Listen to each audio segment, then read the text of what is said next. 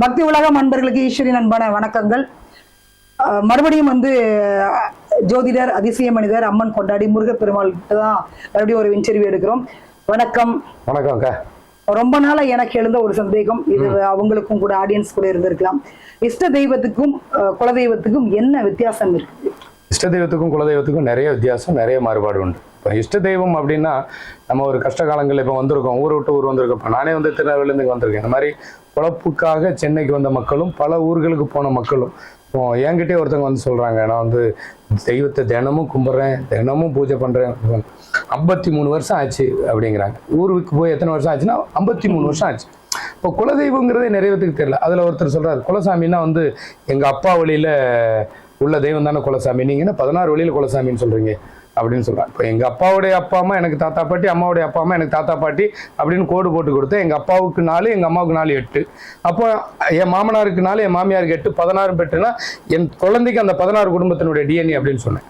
இப்போ எனக்கு ஜாதகம்னு ஒன்று எடுத்துட்டீங்க அப்படின்னு சொன்னீங்கன்னா, அந்த ஜாதகத்தில் எனக்கு புதன் கெட்டுருக்கு அப்படின்னா எனக்கு தாய் மாமன் உறவு கெட்டு போயிடும். என் உடம்புல நரம்பு சம்மந்தப்பட்ட விஷயம் கெட்டுடும். அப்போ அந்த நரம்பு சம்மந்த விஷயத்துக்கு நீ என்ன கொடுத்துட்றீங்கன்னா விட்டமின் டேப்லெட் கொடுத்துட்றீங்க. சனி கெட்டு போச்சுன்னா அயன் டேப்லெட் கொடுத்துட்றீங்க. இப்போ சூரியன் கெட்டு போச்சுன்னா உங்களுக்கு கால்சியம் விட்டமின் டேப்லெட் கொடுத்துட்றீங்க. ஓகே, இது எல்லாமே எனக்கு சத்து கம்மி, நீங்கள் எனக்கு கொடுக்குறீங்க. அந்த கிரகம் கெட்டுருக்கு, அதுக்கு தகுந்த எனக்கு நோய் வந்திருக்கு, அதனால் நீங்கள் எனக்கு கொடுக்குறீங்க. தெய்வத்துக்கும் ஜோதிடத்துக்கும் ஒரு கணக்கு இருக்கும், அதனால நான் அதை சொல்கிறேன். அப்போ குலதெய்வம் அப்படிங்கும்போது குலசாமி கெட்டு போச்சு அப்படின்னா உங்களுக்கு 5ஆம் இடம் குலசாமி அப்படின்னு நிறைய விஷயங்கள் சொல்லுவாங்க. அப்போ இந்த 16 வழியில் அப்படிங்கும்போது எங்க அப்பன் வழி குலதெய்வம்னு எடுத்துக்கங்க. இந்த 16 ஊரு அப்படின்னு நீ சொல்ற ஒரு வழி தானே அப்படின்னா, எங்க அப்பா வழியில் உள்ள தெய்வத்துக்கு இந்த 15 பேர் எங்க அப்பாவுக்காக வர்றான். என் வீட்டுல ஒரு ஃபங்க்ஷன், என் வீட்டில் ஃபங்க்ஷன், இந்த 15 குடும்பத்துக்காரங்களும் சொந்தம் அப்படிங்கும்போது வரான். அப்போ அவங்க வழியில் ஒரு நல்லது கட்டும்போது எங்கள் அப்பா போகணும்ல, இங்கே அவங்க உரிமை கொண்டாட முடியாது, ஆனால் வர்றாங்க. அதே மாதிரி நாளைக்கு உனக்கு ஒரு நல்லது கட்டதுன்னா நீ அங்கே போகிறல்ல, அப்போ அப்போ எட்டடினா அதுக்கு சீர்வழி தெய்வம் அப்படின்னு அங்கே சொல்லுவாங்க. இதைத்தான் நான் கிளை தெய்வம்னு சொல்லுவேன். அப்போ அதை கும்பிடலங்கும் போது உனக்கு அந்த உறவு கட்டுறது. இப்போ ஒரு ஃபோன் வாங்குறீங்க, ஒரு சிம்மு வாங்குறோம். வெறும் ஃபோனை வச்சு பேச முடியாது. ஒரு சிம்மு வாங்குறீங்க. இப்போ சிம்மில் பல வகை இருக்குது. இப்போ ஏர்டெல், ஜியோ, இந்த மாதிரி நிறைய சிம்மு வகைகள் இருக்குது. நான் வீட்டுக்குள்ளே இருக்கேன், எனக்கு சரியாக டவர் எடுக்கலை. அப்போ நான் அந்த ஏர்டெல் டவருக்கு கீழே நிற்கிறேன். இப்போ எப்படி இருக்கும்? ஃபுல் பவர் டவரில் இருக்கும். அப்போ எனக்கு ஒரு அணுக்கள் புதன் கெட்டுடுச்சுன்னா எனக்கு நரம்பு சம்மந்தப்பட்ட பிரச்சனை இருக்குது, நீ அயன் டேப்லெட் கொடுக்குற. ஏன்னா அயன்னால தான் இரும்பு சத்து வந்ததுன்னா நரம்பு பிரச்சனை வராது. அப்போ எனக்கு அந்த அயன் சத்தே இல்லைங்கும் போது டேப்லெட் எடுக்கும்போது எப்படி அந்த அணுக்கள் இயங்கும் எனக்கு? அப்போ நான் என்ன சொல்றேன்னா, ஒரு செடி எடுக்கும்போது அந்த இடத்துல உயிர் மண் எடுப்போம். அப்போ நம்ம பிறந்த இடத்துல நமக்கு நோய் எதிர்ப்பு சக்தி இருக்கும், இயற்கையாவே இருக்கும். அப்போ நாம அவங்க பிறந்த ஊர், உனக்கு தாய்மாமன் யாரு? அப்போ புதன்னா தாய்மாமன். அதே மாதிரி உனக்கு எந்த கிரகம் எந்த உறவா வருது, எந்த வீட்டுல எந்த கிரகம் இருக்கு, அது சார்ந்த அவன் பிறந்த ஊருக்கு போகும்போது இந்த 16 குடும்பத்தினுடைய அணுக்கள் உன்கிட்ட இருக்கும். நீ அந்த இடத்துக்கு போகும்போது அது ஆக்டிவேட் ஆகும். அப்போ நீ அந்த மருந்து எடுக்கும் போது அது வேலை செய்யும். இதுக்குதான் குலமே தெய்வம்னு சொன்னான். அப்போ உனக்கு எந்த உறவு கெட்டிருக்கோ அந்த வழி தெய்வத்தை போய் வணங்கி அதுக்கு தகுந்த உணவே மருந்து. நான் அதனால சொன்னேன். ஏன்னா இப்போ அந்த சிம் ஆக்டிவேட் ஆயிடுச்சு, இப்போ என் நம்பருக்கு யாருக்கு வேணா ஃபோன் பண்ணலாம், போகும். அதை மாதிரி நீ அந்த உறவுக்கு போய் அந்த ட்ரீட்மெண்ட் எடுத்தால் தான் பலிக்கும். சும்மா வீட்டில் உட்காந்துட்டு நான் அதை எடுத்தேன்னா பலிக்காது. அப்போ இஷ்ட தெய்வங்கிறது என்ன அப்படின்னு சொன்னால், நான் இப்போ எங்கள் அம்மா அப்பாங்கிறது எனக்கு அந்த வழியில் உள்ள தெய்வம் குலதெய்வம். அந்த சொந்த பந்தத்தில் இப்போ எங்கள் அப்பா இல்லை, எங்கள் அம்மா இல்லை, தாத்தா இல்லை, பாட்டி இல்லை, மச்சினை இல்லை, யாருமே இல்லை, எல்லாருமே இல்லைன்னு வச்சுக்கோமே. இப்போ நான் இருக்கேன், நான் பிச்சை எடுக்கிறேன்னு வச்சுக்கோமே. இது யாரை கௌரவம் பாதிக்கும் அப்படின்னா, அந்த வழியில் ஒரு சொந்தக்காரன் 3ஆம் பங்காளி பார்த்தானா, ஏண்டா நாங்களாம் இல்லை இந்த மாதிரி பண்ணிக்கிட்டு இருக்க, உங்க அப்பா யார் தெரியுமாடா? உங்க தாத்தா எங்க தாத்தா கூட பிறந்த அண்ணன் தம்பிடா. நீ என் குடும்பம், உனக்கு ஒரு நேரம் சோறு போட முடியாது, நான் பார்ப்பான். எனக்கு ஒரு பிரச்சனைன்னு அவன் பார்ப்பான். அப்ப தான் ஆடலாம் தன் தாசையும் தன் குடும்பத்துக்கு தான் வலிக்கும், கௌரவம் அவனுக்கு தான் பாதிக்கும். அப்போ குடும்பம்ங்கிறது 10 குடும்பம், அதாவது அன்னை பிதாவும் முன்னர் தெய்வம், குடும்பம் ஒரு கோவில், அந்த 10 குடும்பம் சேர்ந்தாதான் குலம். அப்போ இப்போ மேல்மருவத்தூர் எடுத்துக்கங்க. மேல்மருவத்தூரில் அவர் ஐயா ரொம்ப சிறப்பாக இன்னைக்கு நிறைய பக்கம் கிளைகள் தெய்வங்கள் வச்சுருக்காங்க. நிறைய பேர் அதுக்கு ஒரு சங்கம் மாதிரி வச்சு நிறைய ரெட் கலர் சேலெல்லாம் போகுது. Okay, happy. ஆனால் அந்த கோயில் சுயம்பா வந்துச்சுன்னா அவர் கோயில் கட்டினார், சின்னதா கட்டினது, இன்னைக்கு பெரிய அளவுல வந்தது. அந்த கோயில் திருவிழா நடக்கும் போது பக்த கோடிகள் வணங்கலாமே தவிர அதுக்கு வரிதாரர்ங்கிறது யாரு? உரிமைப்பட்டவன் அந்த குடும்பத்தை சேர்ந்தவன். அதுதான் குலசாமி. அதே மாதிரி உங்களுக்கு கிருஷ்ணர்னு சொல்லுவாங்க, இந்த குலத்தை சேர்ந்தவர்கள் நாங்கள் கிருஷ்ணர் வம்சத்தை சேர்ந்தவர்கள் அப்படின்னு சொல்லுவாங்க. நீங்க வந்து ஒரு மாரியம்மன் எடுத்துக்கிட்டீங்கன்னா இந்த மீனவ குலத்தை சேர்ந்தவங்களுக்கு அந்த தெய்வம் அப்படி. அப்ப அவங்கவுங்க குலத்துக்குன்னு அந்த தெய்வம் இருக்கும். உனக்கு அது இஷ்ட தெய்வம். இஷ்ட தெய்வங்கிறது குலதெய்வம் கொடுத்தா மட்டும்தான் உனக்கு கிடைக்கும். இஷ்ட தெய்வம் கோயிலுக்கு நீ போய்கிட்டே இருந்தாலும், இப்ப ஜாதகத்துல வந்து உனக்கு இந்த தசை நடக்குது, நீ ராகு தசை நடக்குது, நீ போய் பரிகாரம் பண்ணு. இங்க யாராவது உனக்கு இது கெட்டு போச்சு, உன் பூர்வீகத்துல இந்த வழி தெய்வத்தை வணங்குன்னு யாராவது ஒருத்தர் சொல்லியிருக்காங்களா? ஏன் சொல்லல? பூர்வீகத்தை நான் அன்னைக்கு ஒரு அம்மாட்ட கேட்கிறேன், நீ இந்த வழியில கெட்டு போச்சு, ஏன் இந்த வழிக்கு போடலாம்? ஏங்க நான் என் பிள்ளை எங்க அப்பா காலத்துல இந்த ஊருக்கு வந்துட்டோம், இந்த ஊருக்கு வந்து 53 வருஷம் ஆச்சு, சொந்தமா வீடு வாசல் வாங்கணும், இன்னைக்கு என் பிள்ளைகள் வாழ்க்கை கெட்டு போச்சுங்கிறாங்க. எங்க அப்பா வந்து இவங்க பிள்ளைகள் வாழ்க்கை கட்டிக்குது. அப்ப பூர்வீகம் அப்பாவுடைய அப்பா அம்மாங்கிற அது யார்கிட்ட போய் கேட்கறதுங்க? அதெல்லாம் தெரியாது. ஈஸியா ஒரு பரிகாரம் சொல்லுங்க, கடைசியில் அதுதான் வராங்க. அப்போ பூர்வீகங்கிறது எவ்வளவு பெரிய விஷயம். இப்போ எனக்கு இப்போ ஒரு ஆலமரத்தை மாதிரி வாழ்ந்த குடும்பம்னு சொல்லுவாங்க, ஆலமரம் மாதிரி வாழ்ந்த குடும்பம். அப்போ ஆலமரத்துல வந்து விழுதுகள் பலம், ஆணி வேறு. ஆணி வேறுங்கிறது எங்க அப்பான்னு எடுத்துக்கிறேன். இந்த அப்பா வந்து இல்லைன்னா மரம் காஞ்சிரும். என்னதான் விழுதுகள் இருந்தாலும் மரம் வளர்க்க. ஆனா விழுதுகள் இல்லைன்னா மரம் சாஞ்சிரும். அப்போ உறவுகள் என்பது பலம்ங்கிறான். உணவே மருந்து அப்படின்னா அந்த உறவு வழி தெய்வத்தை வணங்கி அதை எடுக்கணும், இல்லைன்னா மரம் சாஞ்சிரும். இப்ப என் பேரை நான் 1000 பேர் மாத்தலாம், முருகப்பெருமாளுக்கு இல்லாம அதிசய மனிதர் இப்படி நிறைய பேர் வச்சுக்கிட்டே இருக்கலாம். ஆனா இன்சில் எங்க அப்பா எதை சாவறது இல்லை, எத்தனை தலைமுறையானா மாற்ற முடியாது. அதுதான் உயிர். அப்போ குலசாமிங்கிறது உயிர், இந்த உடலுக்கு தேவையானது உறவு. அப்ப அதை வணங்குங்கிற. உன் வீட்டுல ஒரு நல்லது கெட்டதுன்னா உறவுகளுக்கு தான் போய் கூப்பிடணும். பக்கத்து வீட்டுக்காரன் வந்தாலும் நீ தாய் மாமனுக்கு பதிலாக பக்கத்து வீட்டுக்காரன் வையா பார்ப்போம், வெட்டுவான். சித்தப்பனுக்கு பதிலாக இதான் சித்தப்பா. ஏங்க ஒரு குழந்தைக்கு தாய்ப்பால தாயை தவிர பெரியமாவும் அம்மான்னு கூப்பிட்டுச்சுன்னா ஒரு 10 தடவை கூப்பிட்டுட்டோம், அப்படியே இருந்தாலும் அங்க கோவம் வந்துடும். என்ன நீ அம்மா விட்டு அவளையே அம்மா அம்மான்னு கூப்பிடுற? அது வந்து பற்று, அது மாற்றவே முடியாது. 1 வயசு வரைக்கும் ஜாதகம் பார்க்க கூடாதும்பாங்க, இல்ல குறிப்பிட்ட வயசு வரைக்கும் ஜாதகம் பார்க்க கூடாது. ஏன்னா ஒரு குடும்பத்துல ஒரு பசுமாடு வளர்த்தான்னா பசுமாட்டை அந்த அந்த உணவு வகைகளை தாய் எடுத்துக்கும் போது அந்த கிரக ஆதிபத்தியத்துக்கு தகுந்த மாதிரி மாறும், நம்ம வாழ்க்கையே மாறுங்க. நிறைய விஷயம் இருக்கு. அப்ப இஷ்ட தெய்வத்துக்கு நீ போயிட்டே இருக்கிற. இப்ப முருகருக்கு தான் எனக்கு குலசாமி, சிவன் தான் குலசாமி, பிள்ளையார் குலசாமி, ஐயப்பன் குலசாமி, எல்லாமே இஷ்ட தெய்வம். திருப்பதி குலசாமி வராது, இஷ்ட தெய்வம். இந்த ஊர்ல வந்து நிறைய இஷ்டசாமி இருக்கு. கிராமங்களில் வாழக்கூடிய தெய்வத்துக்கு பேர் கிராம தேவதை. அப்போ நாம கிராமத்துல வாழ்ந்தோம், அதெல்லாம் மறந்துட்டோம், பூர்வீகத்தை பூரா விட்டுட்டோம். இன்னைக்கு போக்குவரத்து வந்தோடனே காசி வரைக்கும் போறான், காசிக்கு பரதேசி தான் போவான். அந்த காலத்துல பரதேசம் போனவன் வரமாட்டான். அப்போ இஷ்ட தெய்வத்தை நீ வணங்குறியா, சந்தோஷம். தெய்வ நம்பிக்கை, உன்னுடைய மத நம்பிக்கை, மத நல்லிணக்கம், உன்னுடைய ஒழுக்க நெறி. ஏன்னா ஒரு கோயிலுக்கு போகும்போது தப்பு தவறு நடக்காது, உனக்கு கஷ்டம் தீரும் நம்புற. ஆனா உனக்கு எந்த தெய்வம் உதவுங்கிறத பார்த்து செய்யுங்க. அடுத்தவன் மாற்றான் தோட்டத்து மல்லிகை மணக்கும், தலையில சூட முடியாது, ஏன்னா வாசனை வரும். அப்ப நம்ம தோட்டத்துல விளைஞ்ச பொருள் தான் நமக்கு. அப்போ நம்ம குலசாமி தான் நமக்கு. இப்ப நிறைய கோயில்ல பரிகாரம். ஆனா இந்த பரிகாரத்துக்கு பதிலாக ஏன் உன் பூர்வீகத்தில் உள்ள கடமையை செய்ய மறந்துட்டேங்கிறேன். கடமையை செஞ்சாதானடா பரிகாரமே பழிக்கும். இந்த பரிகாரமே வேலை கிடையாது. நீ வந்து உன் பூர்வீகம் போயிட்டீங்கன்னா உனக்கு பரிகாரம் தேவையில்லை. பரிகாரம் ஏங்க அந்த காலத்துல போக்குவரத்தே கிடையாதுங்க. சொல்லுவாங்கல்ல, எப்பா ராத்திரி நேரம் கறி கொண்டு தானே நான்வெஜ் எடுத்துட்டு போனா, ராத்திரி நேரம் நான்வெஜ் எடுத்துட்டு போனா என்ன சொல்லுவாங்கன்னா, எப்பா ஏதாவது காத்துக்கிற பண்டோம் கையில வந்து கறி துண்டையும் இரும்பையும் போட்டு நெருப்பு பந்தையும் கையில ஒரு ஆயுதத்தையும் பாதுகாப்புக்கு எடுத்துட்டு போக சொன்னா இப்பவும் கறி துண்டை போட்டு கையில இரும்பு கொடுத்து அனுப்புறான். அமாவாசைக்கு குழந்தை பிறந்தா ஆகாது, குடும்பத்துக்கு ஆகாது. அமாவாசைங்கிறது வந்து மகா சிவராத்திரி இருக்கு இல்லையா, மாத சிவராத்திரி, மகா சிவராத்திரி. இதுல அமாவாசைக்கு வர்றதுக்கு முன்னாடி நாளே வரும். சூரியனுடைய இருள் மங்க போகுதுன்னு ஒரு நாளைக்கு முன்னாடியே தெரிஞ்சிடும். அப்போ கார்பன் டை ஆக்சைடு அதிகமா உற்பத்தி ஆகிடும், மூச்சு திணறல் வரும், கெட்ட காற்று நம்ம மேல படும்போது நோய் நொடி வரும். அப்போ அந்த நேரத்தில் ஒரு குழந்தை பிறக்கும் போது தாய்க்கு மூச்சு திணறல் ஏற்படலாம், குழந்தைக்கு மூச்சு திணறல் ஏற்படலாம், அதிகமா உதிரப்போக்கு நிக்காது, ஏன்னா ஆக்சிஜன் உற்பத்தி லெவல் கம்மியா இருக்கும். அப்போ இதுக்காக மிருகங்கள் காட்டுக்குள்ள வாழும்போது மிருகங்கள் வரலாம், இதனால பல பேருக்கு தொற்றுகள் ஏற்படலாம். இதை வச்சு அவன் சொன்னான். உடனே அமாவாசையில பிறந்தா அழகாது குடும்பத்துக்கு, அப்ப மாசத்துக்கு ஒரு அமாவாசை வருது, அப்ப அன்னைக்கு என்ன பண்ண போறேன்? குழந்தையும் தெய்வமும் ஒண்ணு. அவன் சொன்னது விஞ்ஞான பூர்வம், நாம எடுத்துக்கிட்டது. அதுக்கு அறிவுங்கிறது இறைவன் உருவமா அருவமா?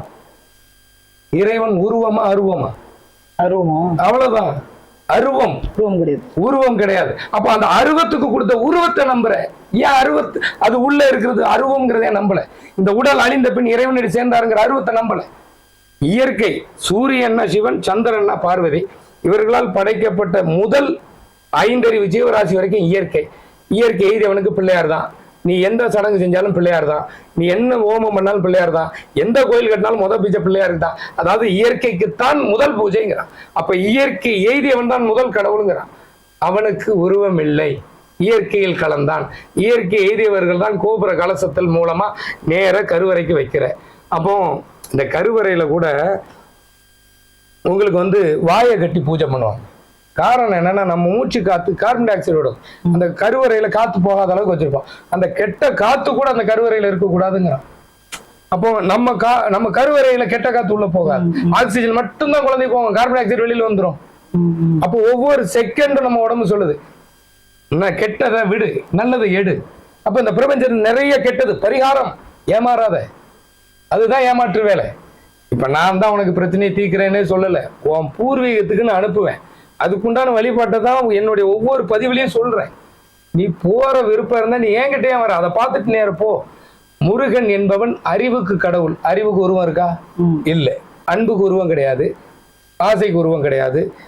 நம்மளுடைய அறிவு ஒவ்வொரு விஷயத்தையும் எடுத்துக்கிறது, எல்லாத்தையும் சேவ் பண்ணி வச்சிருக்கிற அந்த அறிவு, அதை முருகன்கிறான். அறிவுக்கு தமிழ், தமிழுக்கு அமுதென்று பேர். அகர முதல எழுத்தெல்லாம் ஆதி பகவன் முதற்றே உலக. அத்தனையும் சூரிய பகவான் தான் உருவாச்சுங்கிறான். சூரியன் வந்ததுக்கு அப்புறம் தான் அவ்வளவும். ஆனா அதுக்கும் மேல கடவுள் இருக்குங்கிற. எனக்கு அது தேவையில்லை. இன்னைக்கு இருக்கிற வாழ்ற மக்களுக்கு உன் மூதாதையர்களே நீ மதிக்கலையே, வெறும் கற்சிலையை நம்புறிய, உருவத்தை நம்புறிய, அருவத்தை ஏன் நம்பல? அதுக்குள்ள என்ன இருக்கு? ஒரு கோயிலை கட்டினா பல தலைமுறை கழிச்சு பவர் அதிகமாகும், பல்லாயிரம் வருஷம் இருக்க. அப்போ நாள்பட அந்த உயிர் ஒளி, இந்த கர்த்தர் சொல்லுவார் 3ஆம் நாள் ஒளி வடிவில் உயிர் தெளிவான்னு. நம்ம இந்து மதத்துல செத்த உடனே காலுக்குள்ள ஒளி போற மாதிரி எடுப்பான். இந்த ஒளி பிளம்பு, ஒரு கருநாகம் ஒருத்தரை தீண்டல அப்படின்னா மாணிக்க கல் உருவாகுங்கிறான். அந்த பல ஆயிரம் உயிர்களின் மாணிக்க ஒளி சிலை வடிவுல பயங்கர உருவத்துல நீ கொடுத்த அம்மனா நிக்குது. அப்போ அந்த குலம், உன்னுடைய வம்சம் தெய்வமா இருந்து காப்பாத்துது. அந்த சிலை வடிவில் வந்தா நம்புறேன். நம்ம வீட்டுல பிறந்த கன்னி தெய்வமா, தாய் பேயா. ஹலோ மம்மி, ஹலோ மம்மினா பிரமிடு பேய். ஹலோ மம்மி, ஹலோ பேயின்னா இன்னைக்கு இருக்கிற நாகரிகம் எப்படி மாறிடுச்சு? ஹலோ மம்மினா பேய், ஹலோ பேயே. ஒரு தாய், எங்க அம்மாவை நான் பேயின்னு சொன்னா அது தொடப்பத்திலே அடிக்கும். எங்க அம்மாவை நான் தாயா பாக்குறேன், மம்மின்னு ஏன் கூப்பிட சொல்றீங்க? மாத்திக்கிங்க, குறை சொல்லல. அறியாமல் செய்திருந்தால் மாத்திக்கிங்க. அதே மாதிரி பரிகாரங்கிறது அறியாமையில இன்னைக்கு வரைக்கும் பரிகாரம் ஏமாந்தீங்கன்னா பூர்வீகம் போங்க. உங்களுக்கு தீராத பிரச்சனை. உங்களுக்கு இன்னைக்கு வந்து ஒரு நரம்பு சம்பந்தப்பட்ட ஒரு டாக்டர், நரம்பு சம்பந்தப்பட்ட டாக்டர் 6 வருஷமா குழந்தை இல்லை, நரம்பு சம்பந்தப்பட்ட பிரச்சனை. அவங்களே டாக்டரு, எது சித்தா டாக்டரு, வேலை செய்யல. அப்போ பூர்வீகம் போய் எங்க போதுன்னா, பூர்வீகம்னா நாங்க அதெல்லாம் போறது இல்லைங்க, என் பொண்ணு வெளியூர்ல இருக்கா. எப்படி? என் பொண்ணு வெளியூர்ல இருக்கா, அப்போ வரதான் செய்யும். பூர்வீகத்துக்கு போக சொன்னா, ஓ இத்தனை ஊருக்கு போகணுமா? ஒரு வீடு கட்டினா வாஸ்து மட்டும் பாக்குறேன்ல, 8 திக்கு வாஸ்து. அஸ்திவாரம் ஸ்ட்ராங்கா போடணுங்கிற, பிறக்கும் போது தலைகீழா பிறக்கிறோம். அப்போ எந்த அளவுக்கு ஸ்ட்ராங்கா வேணுமோ அந்த அளவுக்கு அஸ்திவாரம் போடுங்கிறேன். பூர்வீகம் தெரியாதவனுக்கு இப்ப நீ அங்க போனாதான் அந்த அணுக்கள் ஆக்டிவேட் ஆகும். நீ திங்கிற மருந்து அது ஏத்துக்கும், இல்லைன்னா அது ஆக்டிவேட் ஆகாது. அன்னைக்கு ஒருத்தர் வந்திருக்காரு, அந்த டயாலிசிஸ் பேஷண்டா, ரத்தம். அப்போ செவ்வாய் சம்பந்தப்பட்ட விஷயம். அப்ப செவ்வாய்னா சித்தப்பா சித்தி, உனக்கு வந்து நம்ம குலசாமிக்கு கடா விட்டுறது. அப்ப இது எங்க விட்டு இருக்கு? அப்ப அந்த ஜாதகத்துல தேடுறான், உனக்கு செவ்வாய் நீச்சமா. எங்க ஜாதகத்துல செவ்வாய் நீச்சமா அவன் ஜாமியாடும். செவ்வாய் நீச்சம், செவ்வாய் வந்து ஒரு 1.5 வருஷத்துக்கு ஒருக்காதான் அந்த கடகத்துக்கே வரும். செவ்வாய் நீச்சமா இருக்கிறவங்க குடும்பத்துல ஜாமியா இல்லைன்னா நான் அந்த ஜாதகத்தை பத்தியே பேசல. அப்போ செத்தவன் ஜாமீனி ஜாதகம் சொல்லுது. அப்போ முன்னோர் என்ன மடையனா? நம் முன்னோர்கள் எந்த அளவுக்கு சொல்ற, அதைத்தான் சொல்றேன். இறைவனடி சேர்ந்திருக்கா அருவம். இறைவன் அன்பே கடவுள், அன்புக்கு அருவம், உயிர் அருவம். உடல் மட்டும்தான் உருவம். உருவத்தை நம்பாத, உள்ள இருக்க உயிரை நம்பு. அது தன் முன்னோர்களின் உயிரால் காப்பாற்றப்படுங்கிற. அப்போ இஷ்ட தெய்வம் என்பது உடல் மாதிரி, குல தெய்வம் என்பது உயிர் மாதிரி. உயிரும் உடல், நான் ரெண்டையும் தப்பா பேசல. உயிரும் முக்கியம், உடலும் முக்கியம். உனக்கு இஷ்ட தெய்வம்னா ஒன்ன புடி, அதை இருக புடி. குல தெய்வத்தையும் மொத்தத்தையும் புடி. அந்த மொத்தமா இது நின்று உனக்கு வழிகாட்டும். சும்மா இஷ்ட தெய்வம்னா அதுக்காக நான் குறை சொல்ல வரல. இஷ்ட தெய்வத்தை வணங்கு, ஆனா குல தெய்வத்துக்கு அப்புறம் வணங்கு. உன் குலம் சார்ந்த தெய்வம் நிறைய இருக்கு, அத முதல்ல பாரம்பரியம் முதல்ல கடைபிடி. அப்பதான் உன் வாழ்க்கையில வரக்கூடிய துன்பம் வராதில்லை. வந்த துன்பம் எத்துன்பமாயினும் வந்த வழி தெரியாம போயிடும். சொல்லுவான், வாசல் வழியா வந்தது கொல்லப்புறமா போயிடும், தலைக்கு வந்தது தலை பாகையோட போயிடும். குலதெய்வம் தெரியாதவன் இஷ்ட உடலை மட்டும் பேணி பாதுகாப்பவன், எனக்கு பணம் மட்டும்தான் தேவை என்று வாழ்பவன் அனுபவிக்கவும் முடியாது, கொண்டுட்டு போகவும் முடியாது. குலதெய்வம் இருந்த 1000 ரூபாய் சம்பாதிச்சாலும் குடும்பத்தோட குலத்தோட சந்தோஷமா வாழலாம். இன்னொரு விஷயம், எங்க அப்பாவுக்கு அப்பா தாத்தா, தாத்தாவுக்கு அப்பா, எங்க அப்பாவுக்கு தாத்தா, இப்படி ஒரு 3 தலைமுறை எடுத்துக்கிறேன். எங்க அம்மாவுக்கு அம்மா சித்தி, அவங்க அம்மா எங்க அம்மாவுக்கு சித்தி பெரியம்மா, இதெல்லாம் அக்கா தங்கச்சி உறவு, இதெல்லாம் அண்ணன் தம்பி உறவு. நான் பூர்வீகமே போகலை. கடைசியில என் சமூகத்துல எனக்கு பொண்ணு பாக்குறேன், மாப்பிள்ளை பாக்குறேன். இந்த வழியில ஒருத்தனையோ இந்த வழியில ஒருத்தையோ நான் தேர்ந்தெடுத்துட்டேன். அண்ணன் தங்கச்சியை கல்யாணம் பண்ணியாச்சு. அதுக்கு தான் அன்னைக்கே சொன்னான், நடக்க மாட்டாதவன் சித்தப்பா வீட்டுல பொண்ணு எடுப்பான். பெருசா வந்துட்டான் பூர்வீகத்தை பத்தி பேசும்போது தடை சொல்றதுக்கு. பூர்வீகம்ங்கிறது கண்ணு மாதிரி, அது தெரியாதவன் குருடன். புரியுதுங்களா? குருட்டு போன விட்டத்துல பாஞ்ச மாதிரி கண்ணை மூடன உலகம் இருண்டாது. நீ கண்ணை மூடனா உன் வாழ்க்கை தான் இருளும். உன் பூர்வீகத்தை தேடினா ஒளி பெறும். வெறும் இஷ்ட தெய்வத்தை தேடினா உடல் மட்டும் சில காலம் வாழும்.